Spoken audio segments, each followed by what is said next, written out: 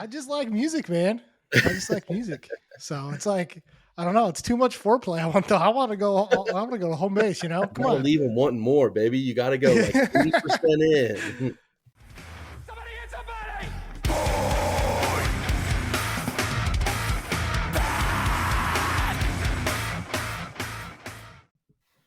What's up, everyone, and welcome to this week's episode of the Pit Therapy Podcast with me, Trevor, and Kyle. And my man, we have Kendal from Heavy as the Head back on the Pit Therapy to talk about the new EP.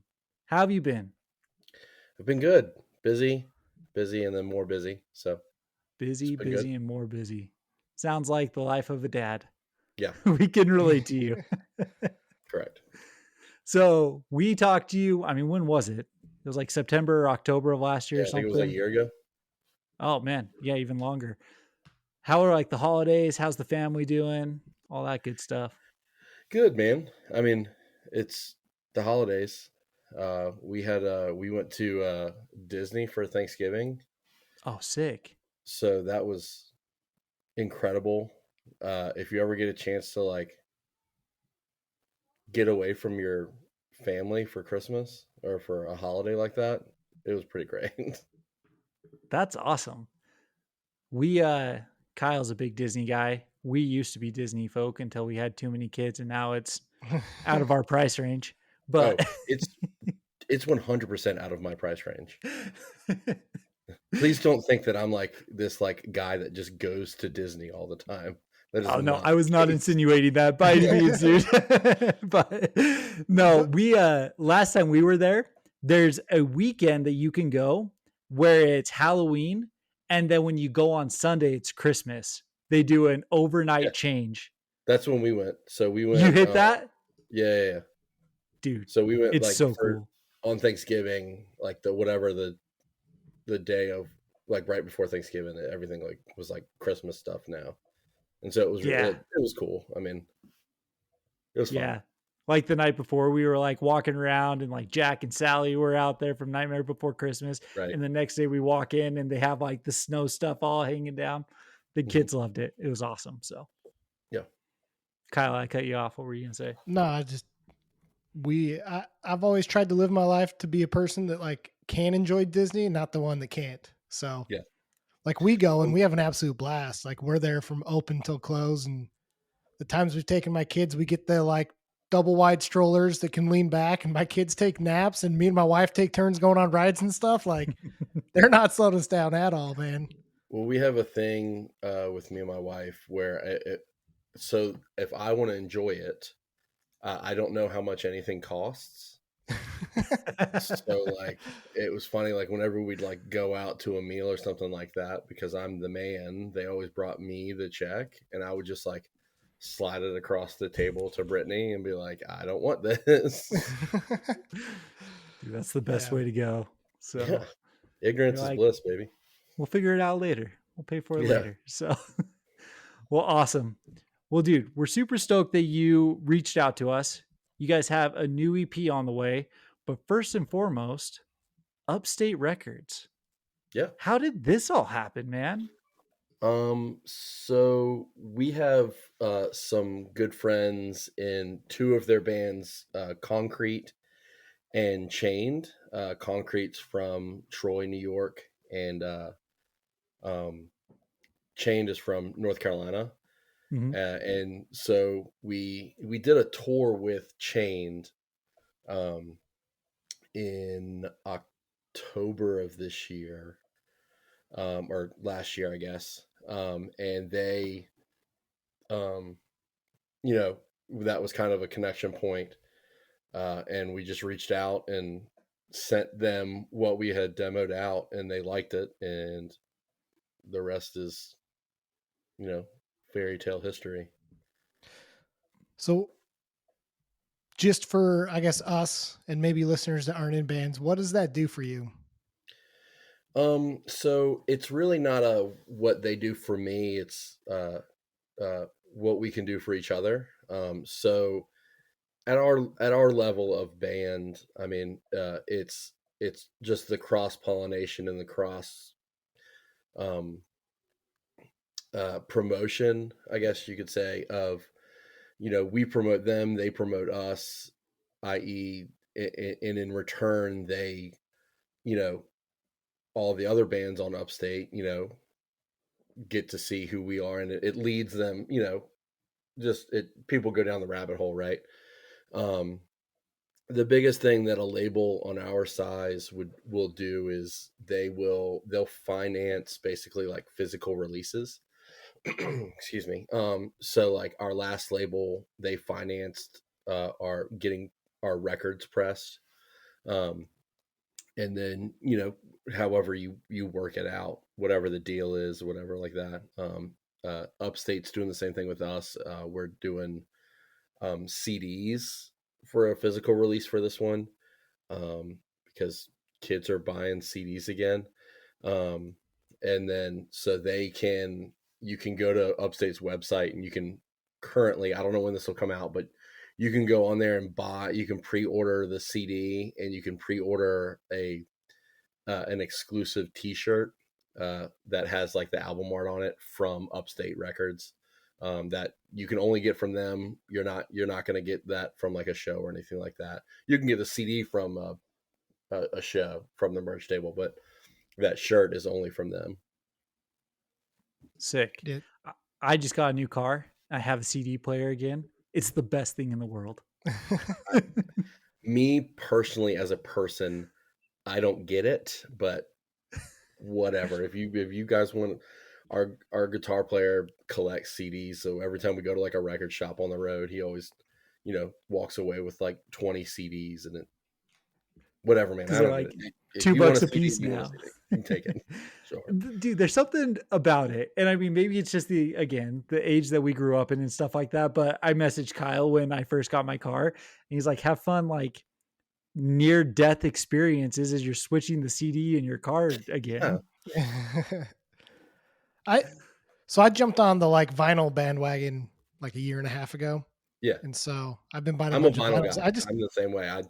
I like a record. I like the, sound of it, but it's just having something in your hand again, I think, is bringing back this attachment to music as an art form, not just something you throw on sure. a streaming service, and like I get all the like posters from the vinyls and hang them up in my, office. And, so it's just cool to have something physical to look at and experience again. And, you know, people caring about the artwork now for their albums. Cause I feel like when you just put it up on streaming, no one cares. And so Right. like, I love the album cover for what you're for the EP, right? Cause you've released a couple songs but what's the like background on that? Cause like I said, I think it's a very unique piece and I really like it.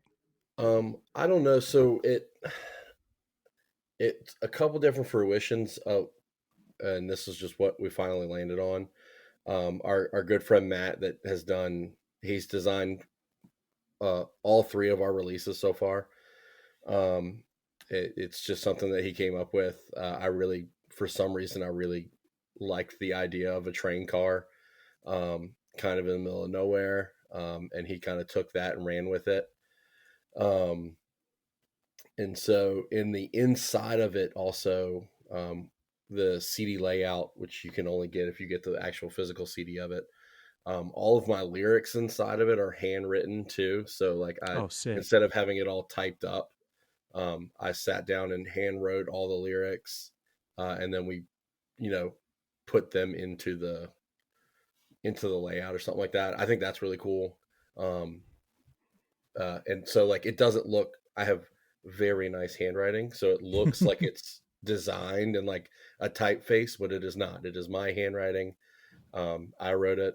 So I think that's really cool, but we just like the overall aesthetics of it. It's clean. I think, that's one of the big things that we always try and go for as a band. I think it defeats the whole purpose of having stuff that you don't know what it is. I want you to be able to look at that album, and we want you to be able to tell who the band is, what the EP's name is, what the songs are, what I'm saying. I want you to be able to very easily look at all that and know what all that is. I love everything that you just said. and the handwriting, the lyrics is awesome. And I'm really excited to look at it because there are times where you'll open old CDs, vinyl or whatever, and it looks like handwritten, but you know it's just a, like you said, it's a typed out font that they just did something funky with. So little sneak peek right there. It looks like a country album, and you're wearing a Willie Nelson hat right now. Like, it's awesome. It is fantastic. So I'm super pumped for that. So let's talk about this. The first song that you guys released, For Your Loss. Mm-hmm. Last time you were on here, we did talk about Nick had passed away. Yeah. Right? And this song was for Nick, correct? Yeah. So that was kind of our so most of the songs on this record Nick helped write. Oh, okay. So For Your Loss was one of them, and it was one of those things where we had written the riffs and the structure of the song and stuff like that, and like I just hadn't put lyrics to it yet. I'm always the last one to I'm always there for the writing process, but lyrics normally come last. And so it just worked out that it kind of just became an ode to Nick. And so yeah, I mean that's what it's about. I don't know what else. Yeah, no, absolutely. So he was part of the process of writing the majority of the songs. How's the process been writing at least a couple of them without Nick? Great. I mean, obviously, we all miss Nick. I mean, that's not even a question. But Travis coming in and joining the band full time. So Travis filled in for Nick when Nick was getting sick and sicker. So it was kind of just a natural thing of like, well, you're not a fill-in anymore, Travis. You're part of the family. Because at Heavy as the Head, you're not an employee. We're family. That was stupid. But when you're here, you're family. Yeah, when you're here, you're family. No, he's brought such a great different energy to the band, to the writing process. He's just an overall great dude. We've gotten very, very lucky with this band as far as like we all care very much about each other. We all, obviously, when you go through a traumatic experience, it bonds you even closer. And Travis was a good friend of Nick's too, so it's not like he just came from he's not like a hired gun. He's not like a somebody from the outside. He was already in our inner circle. So it just made sense. And like I was actually listening to it earlier because but the second single that we released, the Sons and Daughters song, that one riff in it that's like, it's very like Every Time I Die-ish. That's a Travis riff, and it's my favorite riff on the entire EP. Like it's so good. I love it so much. So I was going to ask you about that, and I'm hogging all the questions, Kyle, so you can jump off. So also, I just listened. So I just finished listening to the ska episode. Oh yeah, on the way home from work today, and Kyle was talking trash about how he doesn't like EPs, and if you've been around for 30 years, then you can do an EP. So like, I feel like it's just me and you talking, Trevor, since Kyle doesn't really like that kind of stuff. My complaint about EPs is because I like the music and I want more. Right. That's my complaint. EPs, I can give you an EP a year instead of doing a 3-year touring cycle on an LP. Yeah. Also, not all of us are made out of money, dog. We don't have enough money to go into the studio and record full-length records. I just like music, man. I just like music. So it's like, I don't know. It's too much foreplay. I want to go to home base, Come on. Leave them wanting more, baby. You got to go like 80% in. Yeah. I'm going to jump in because Trevor has been hogging.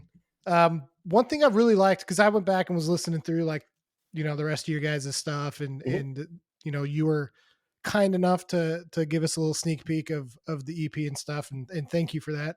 Yeah. One thing though, I guess two things. One, I just want to say I really appreciate that you don't shy away from the politicalness of what you guys like your lyrical content, right? Like I So appreciate that you're very upfront and in your face about it. there's no political messages.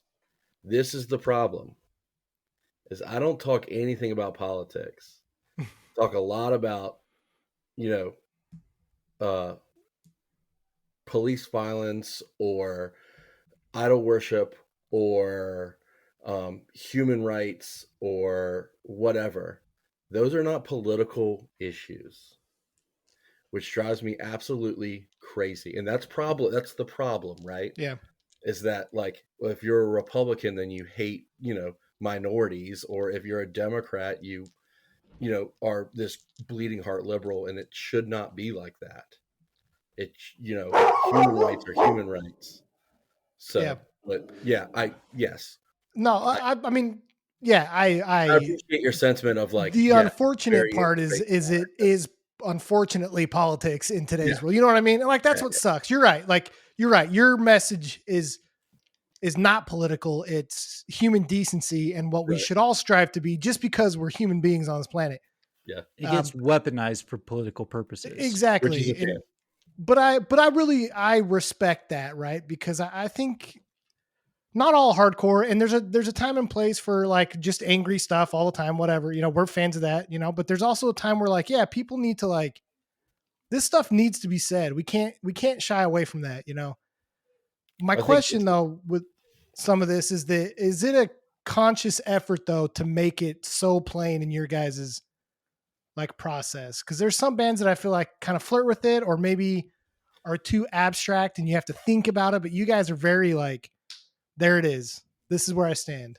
No, it's not really a conscious thing. It's me being lazy, and just writing about what's going on, and how I'm feeling, because we all have feelings. No,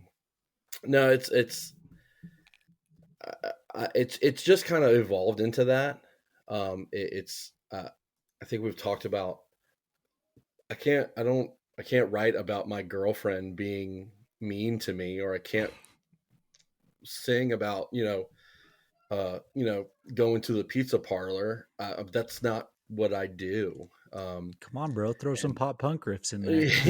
Yeah, I mean, and not taking away from like what that is, but Yeah. that's just not.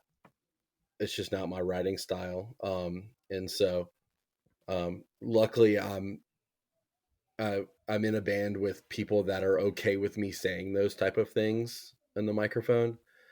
I also think it's a huge disservice to have a microphone or have any sort of platform and not use it, to help people that don't have microphones. I'm not saying I'm some social justice worker or, hero. I'm not saying that at all. It's just, imagine, I think the most punk rock thing, right, is going to the Grammys, and instead of wearing a Gucci suit, you wear a shirt that says Free Palestine, right? That's what should be happening, but it's not, which is a shame. So piggybacking off of what Kyle said, though, I'm in the same boat, because like I really do appreciate just, you said it's lazy writing. It's not lazy writing though. It's thoughts that everyone has. And to have someone else vocalize that in a way that you can relate to, it is something extremely beneficial. And again, thank you for the sneak peek of the EP, because one of the songs on there, song number 4, there's this lyrical content about gods and seeing yourself and not being like on this pedestal. I'm not a god, right? Yeah. And it's one of those things that I've actually recently thought a lot about. You know what I mean? Not that I hold myself in high standards or anything like that, but just the thought of these people who do think they're mightier than thou, things along Yeah. those lines and stuff like that. And just to be able to have someone saying those things and in a very simple way, it's a great It's album. effective. It's a great album for you to have some self-reflection. And so it's turned out fantastic. Yeah, I appreciate that. So enough. It's enough compliments for now. We'll just talk shit on him the rest of the time. Listen, Kendall, you were the first one that Kyle's butthole comments started coming out. Just give it a matter of time. It's coming. I am making a conscious effort to not refer to buttholes with you on here. You weirdo. Yeah. So back to what you were talking about riff wise, sons and daughters. I was actually going to bring this up because this EP does have a little bit of a different feel to it. I really like all your old stuff, but this one does feel a little bit different. You get that Southern feel in there. You get a little bit of chaos in there. Right. You know, That's it's Travis. just, oh dude. Yeah. He's such a great addition to this writing process and to this band. I can't speak high enough praises of Travis. I love my little dude. Does he have a background in that kind of stuff, or did he just come and say, "Dude, I've been thinking this is about what this." I want to do? So Travis is as eclectic as it comes. So Travis is currently in a band that is like a female fronted hardcore band. He's in another band that's called PFT, which is PFFFFT exclamation point, I believe, where it's just him and a drummer, and it's like a, I don't know, like a grind band sort of. And then he is also in a band called Banana Slamma. Yeah. Highly suggest you looking that up. Where they all dress like apes, not monkeys, apes. And it's like a metal punk thing. I don't know. It's weird. It's crazy. It's Travis. So like he's all over the place, man. And you know, that's one of the parts that I'd love. I mean, this band has always been we all are kind of all over the place, which I kind of like. So we focus it into one, whatever heavy as the head is. Nice. I really like that, like most of the songs are like 2.5, 3 minutes long, but then right in the middle, you drop, 35 seconds of just heavy. So that was Mern's idea. Mern listens to a lot of weird hardcore too. And he listens to a lot of stuff, a lot of bands that are like, all their songs are like 15 seconds. You know, talk about Kyle being upset about not having a full record. How about not a full song? Yeah. So we were like, we really want to do this on this EP where we just write like a quick, short little song, and that's what it ended up being. So I really like that song too. Oh, I freaking love it. Fast in your face, just to a brutal breakdown. Yeah. And listen, I'm a dumbass. Like I sat there and I listened to it and I kept hearing you say HITH. And I'm like, what the hell are they saying? And it took me until I was watching the music video for For Your Loss. And in the background, you have the big thing that says HITH. Like, yeah. It's heavy as the head. Come on, man. Like, I was so stupid. But like I just sat there and I'm like, what is that? What could that be? What is this acronym? I'm like, I gotta ask Kendall about this. Never heard of HITH. Well, at first I thought you were like spelling like shit or something. I'm like, did I hear that wrong? Like, what was it? But no, I'm an idiot. So it was great. So how does I mean, we've touched on it a little bit. You said that you kind of wait, you know, towards the end to do lyrics and things like that. Do you already have stuff written out that you try and fit into these songs, or is it kind of a process where like you're sitting there listening and then you're kind of fitting stuff into it? Yeah, sometimes I'll have lyrics written and I try and like force them into the song, and that doesn't always work out. Uh, what normally happens is we'll sit around and we'll write, and I'm normally part of the writing process too. And I'm not by any means like a musician. Those dudes are incredible at their crafts. Um, but I'm really good at the like little extra pieces of like, oh, we should like pause here, or we should, slow down here, stuff like that, because all I think about is like crowd reaction whenever we write. And so like if something is super fast the entire song, I'm like, well, hold on guys. This doesn't give any chance for anybody to do anything. Um, so once we're done with that, normally I'll come in with an idea of what I want to write about. And then it just normally just comes kind of, it just happens. The lines and lyrics kind of just match the song as we go along. Um, Sometimes I won't even, some of the songs I wrote like half the song in the studio because I didn't have anything nailed down yet, which was nerve wracking, but that's kind of how So it happens. is it pretty easy once you have that idea in your head, and let's say you have like the catch line, right? Yeah. And is it pretty easy to just build off of that for you? Or is it something that you like to refine over and over? Yeah, I think so. And I think um, what kind of stinks is some of the songs, um, like writing the lyrics in the studio kind of bite you in the butt because like, we'll record it, but then we'll go play it live like a bunch before it's even released. And I'm like, oh, like live, I put a little, little zhuzh here or whatever like that. And I'm like, oh, that works way better. Crap, it's already recorded. So now I've got to do it the other way. So hopefully we can, it's not a we do a little bit better. It's me like sometimes I'll just have writer's block and I just can't put lyrics to songs because those dudes have also been playing those songs for like weeks and weeks and weeks. And they're like, well, we're done writing this one. We're moving on to the next one. I'm like, oh, wait, guys, can we actually play this same song over and over and over again so I can put lyrics to it? So how is the live reaction to the new stuff? Good. We've played a couple shows with them.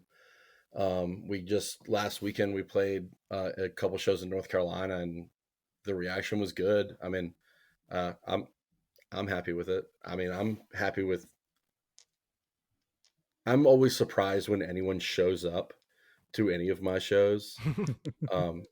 So like, the fact of like there was some kids in North Carolina actually singing the lyrics, and I'm like, what do you do?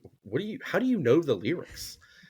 And like I was like getting mad that they like stole my notebook and they had like it. I was like, how do you know these things? I don't know if that's just like a thing that I do of like I just expect no one to ever listen to anything that I've done, I don't know. So if that's the case, then when you're up on stage, what do you enjoy seeing? Do you enjoy just seeing the mosh? Do you like the sing-alongs? Or are you like, dude, like back off. This is my time to shine. This is Kendall No. up here, not you.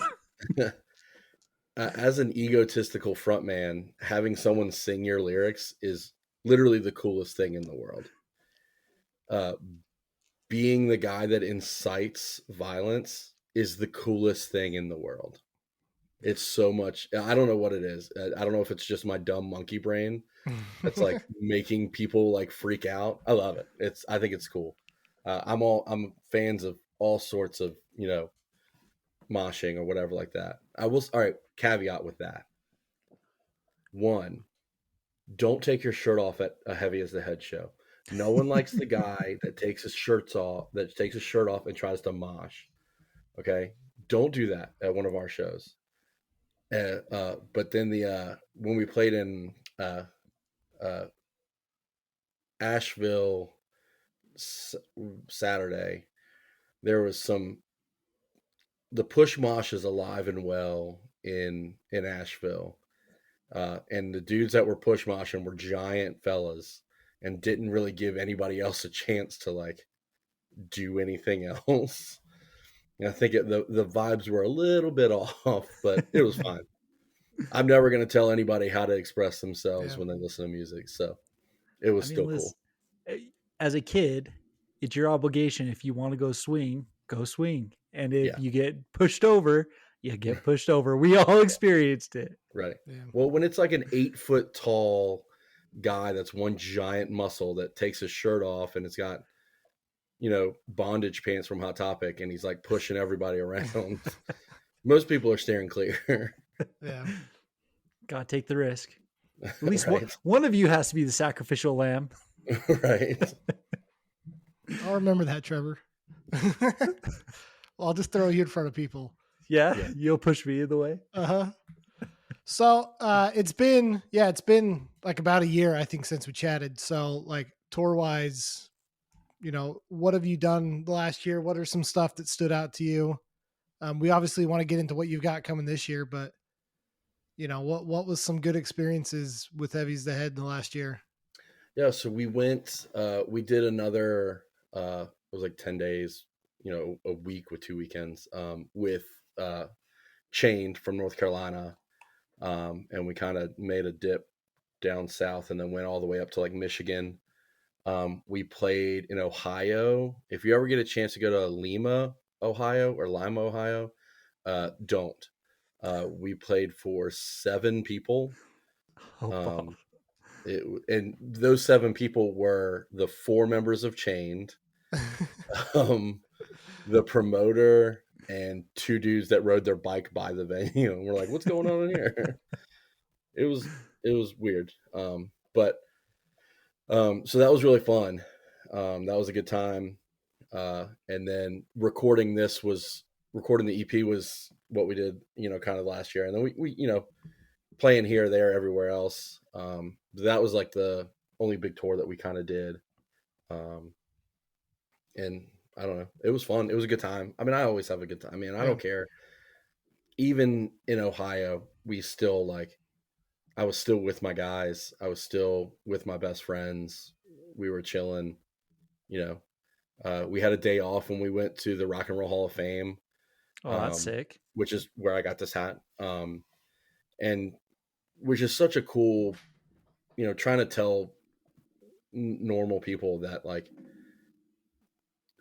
yelling into a microphone and playing punk rock or hardcore or metal or whatever it was, got me to Cleveland and got me into the Rock and Roll Hall of Fame for free. And I got to go hang out and be a touring band going to see the Rock and Roll Hall of Fame. It was such a highlight of like, you know, the whole day off, we were just like looking at each other, pinching each other, like, what are we doing here? You know, it was such a great time, man. That's awesome. So what's on the docket for 2025? Global domination. I don't know Nice. like, what is it, Pinky and the Brain, where he's like, tonight we take over the world. I've heard that forever. That's awesome. Yeah. We have, so in June, we have a short run with a band called Earth Burial. They're from Richmond, but like their drummer lives in Boston. One of their guitar players lives in LA. They're from all over the place. But they're really good. So we're going to do that. If we can all get our passports straight, I think the goal is to dip into Canada a little bit. I don't know. We'll see where the road takes us. I mean, we don't have anything huge planned, but we'll see what happens after the EP comes out. West Coast, Upstate. I'm looking at you guys. Fund the West Coast. Yeah. That would be the only way we could get out there. We've got some friends in California. We've got some friends and bands out there that have said they could, you know, help us out or whatever like that. It's just a matter of getting out there. I mean, plane tickets are expensive, dog. And in the last couple months, they've been real dangerous. That's true. But That's I very don't true. know. Nothing. Never say never. With this project, man, the Heavy as a Head started out with just a let's jam and maybe we'll play a show once or twice, and then it's turned into one of the most active bands that I've ever been in. So who knows what tomorrow will bring, you know? Well, we will keep pitching the idea. We will keep. Yeah. We'll do We've a got, GoFundMe. actually, GoFundMe I for have a Heavy good as the Head. friend down in Florida, JR, that just started playing music again. And one of the dudes he's in a band with is from Puerto Rico. Oh, sick. And he hit me up and was like, hey, would you guys want to do, go to Puerto Rico? I was like, absolutely. So that might be on the docket, which would be insane. But yeah, I mean, we'll see If you where go it goes. talk to Kyle, because if you go to Puerto Rico, apparently you have to play on top of little shops like Bad Bunny, because that's the way to do it. I'm down. He did like a free show on top of the overhead of a gas station, you know? Yeah. I mean, Bad Bunny, Heavy as the Head. There's It's really no open difference. for him, dude. It's Same like thing. the same crowd. Right. Yeah. I wish. Those crypto bros won't know what hit them. So. Yeah. This idea of crypto, bro. Okay, whatever. We don't have to get into that right now. But, dude, if you do go play Puerto Rico, let me know. Maybe I'll fly out. That'd be sick. Maybe me and Trevor will show up there, you know? I think there's a good chance of Texas at some point. Maybe over the winter. Okay. So we'll see. Yeah. Well, let me know on that one. So if you do make Texas, I can probably swing down to Texas. We can make that Sick. one happen. I've got a place to stay if I go to Texas, so just saying. yeah, it's not here though. After the last time, he's not welcome back. Dang, dude. So I have one more question about the EP. Yep. You guys redid. Well, I don't know if you redid it. Yeah, we But redid Broken Body Beaten Broken Man. Body Beaten Man. Yeah. Talk about it. Why? I by the way, huge fan. And I think it's a fantastic closer, but it was also fantastic on No More Time as an opener. So that's been our set closer since forever. I love it as a set closer. It gets the crowd involved at the set close. And we kind of just made it. Not a lot of people have heard No More Time. And that's not, and No More Time, we recorded it with a guy that we're good friends with, but we weren't super stoked on none of us are really super stoked on how that EP sounds. And so we really wanted to redo it because we're going to keep playing it as our closer. And we wanted to record it where people would actually hear it. And it sounds somewhat decent. So that's just why we re-recorded it. It doesn't sound somewhat decent. It sounds fantastic. Like, yeah, so it turned out really good. Shout out to James and Cabin in the Woods studio, which is where we recorded this. Which is actually where, I don't know if you follow Andy Williams from Every Time I Die. Oh yeah. Atomic Rule. I don't know if you saw that they were in the studio here recently. Okay. That's Cabin in the Woods. That's where we recorded at. Oh, nice. Sick. And so James Henderson recorded us, and it was the best time I've had recording an EP. His vibes are great. He's such an encouraging guy. I really don't like my voice recorded. I just super self-conscious about it. And so like the whole time I'm recording, he's like doing backflips in his producer's chair, like freaking out about it. He's like, this sounds great, blah, blah, blah, blah. And I'm like, I don't know, man. But he was a great cheerleader, and he made everybody in that, everybody that recorded with him felt super comfortable. I cannot express to you enough how much I suggest, if you're in a band, go to Cabin in the Woods studios. He was great. So where's that out of? Is it in Virginia as well? It's in Richmond. Okay. But the reason that he calls it, one of the reasons that he calls it Cabin in the Woods Studios, well, two reasons. One, the studio itself is kind of like down a dirt road, and it's kind of surrounded by, it looks like it's a cabin in the woods. But his whole setup is also mobile. And so he can pack up his stuff, and what he likes to do, what he's done with his band, he sings in a band called Dark Waters.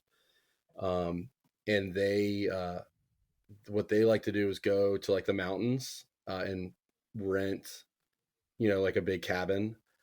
Because, if you go to a log cabin out in the mountains or whatever, the acoustics are bonkers. Yeah. And so he likes to record at places like that too, which we thought about doing. We just financially just didn't make sense. But so that's one of the reasons that he calls it Cabin in the Woods is he'll travel to you if you want to rent a cabin in the woods somewhere and do it. So it's really cool. Sick. That's way sick. It was way cool. Yeah, it's really awesome. So the EP comes out March 21st. Yeah. So this is dropping on March 10th. So it's going to be a week, like you got 2 weeks. You get it in 2 weeks. So super For Your pumped Lost for it. and Sons and Daughters are already out though. Go listen to that. Go watch the videos on YouTube. Or not. I don't care. Whatever you want to do with your life. No, I'm dude. I'm not here to tell you. Go pay attention. HITH is in the background. Yeah, HITH Just stands remember for that. heavy as the head. If you don't know what that stands for. It's not Mike Tyson trying to say his. So we actually have a design that we need to make that it's got like Mike Tyson yelling next to a cobra, like a snake, and it just says Hith on it. Hith. Yeah.